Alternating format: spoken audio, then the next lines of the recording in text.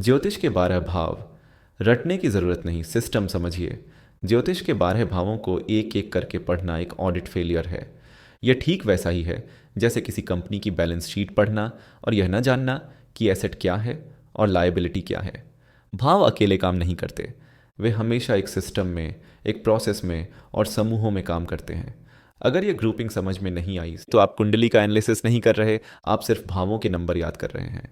शास्त्रों ने 12 भावों को यूं ही अलग अलग नहीं रखा। ये एक लॉजिकल डिज़ाइन है। जिंदगी भी अलग अलग घटनाओं से नहीं चलती, जिंदगी सिस्टम्स और प्रोसेसेस से चलती है।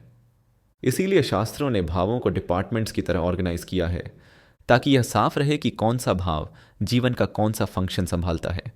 सबसे पहले आते हैं त्रिकोण भाव, पहला, पांचवा और नौवां। इन्हें धर्म त्रिकोण कहा जाता है। ये लक के भाव नहीं है, ये जीवन की पॉलिसी मेकिंग डिपार्टमेंट है। ये तय करते हैं कि फैसले किस सोच से लिए जाएंगे, जीवन की दिशा क्या होगी और इनर गवर्नेंस स्टेबल है या नहीं। अगर धर्म त्रिकोण मजबूत है तो जीवन का प्रबंधन सही दिशा में चलता है। गलतियां हो सकती हैं लेकिन डायरेक्शन गलत नहीं होती। इसके बाद आते हैं केंद्र भाव, पहला, चौथा, सातवां और 10वां। ये जीवन का इंफ्रास्ट्रक्चर है। जैसे किसी कंपनी की बिल्डिंग और सिस्टम्स होते हैं, वैसे ही ये भाव जीवन की स्टेबिलिटी संभालते हैं।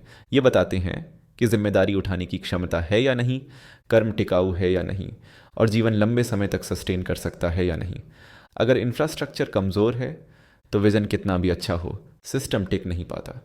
अब आते हैं उपचय भाव, तीसरा, छठा, 10वां और 11वां। ये ग्रोथ डिपार्टमेंट्स हैं। यहाँ स्ट्रगल कोई प्रॉब्लम नहीं है, ये डिज़ाइन का हिस्सा है। ये भाव बताते हैं कि मेहनत कैसे कॉम्पिटेंस बनती है, डिसिप्लिन कैसे रिजल्ट में बदलता है और टाइम के साथ ग्रोथ कैसे आती है। जो यहाँ शॉर्टकट ढूंढता है वह सिस्टम को समझा ही नहीं। अब आते हैं दुष्ट भाव, छठा, 8वां और 12वां। ये बैड हाउसेस नहीं हैं, ये जीवन की लायबिलिटीज़ हैं। बीमारी, कर्ज, डर और नुकसान, ये जीवन की कॉस्ट है। ऑडिट की भाषा में ये ऑडिट ऑब्जेक्शन है। इन्हें इग्नोर नहीं किया जाता, इन्हें मैनेज किया जाता है। जो इन्हें स्पिरिचुअलिटी के नाम पर टाल देता है वह रियलिटी से भाग रहा है। फिर आते हैं त्रिषणाय भाव, तीसरा, छठा और 11वां। ये बताते हैं कि पहले एफर्ट लगता है, फिर प्रतिरोध आता है और तभी सस्टेनेबल गेन बनता है। शास्त्र यहाँ बिल्कुल क्लियर है, बिना प्रतिरोध के टिकाऊ लाभ नहीं होता।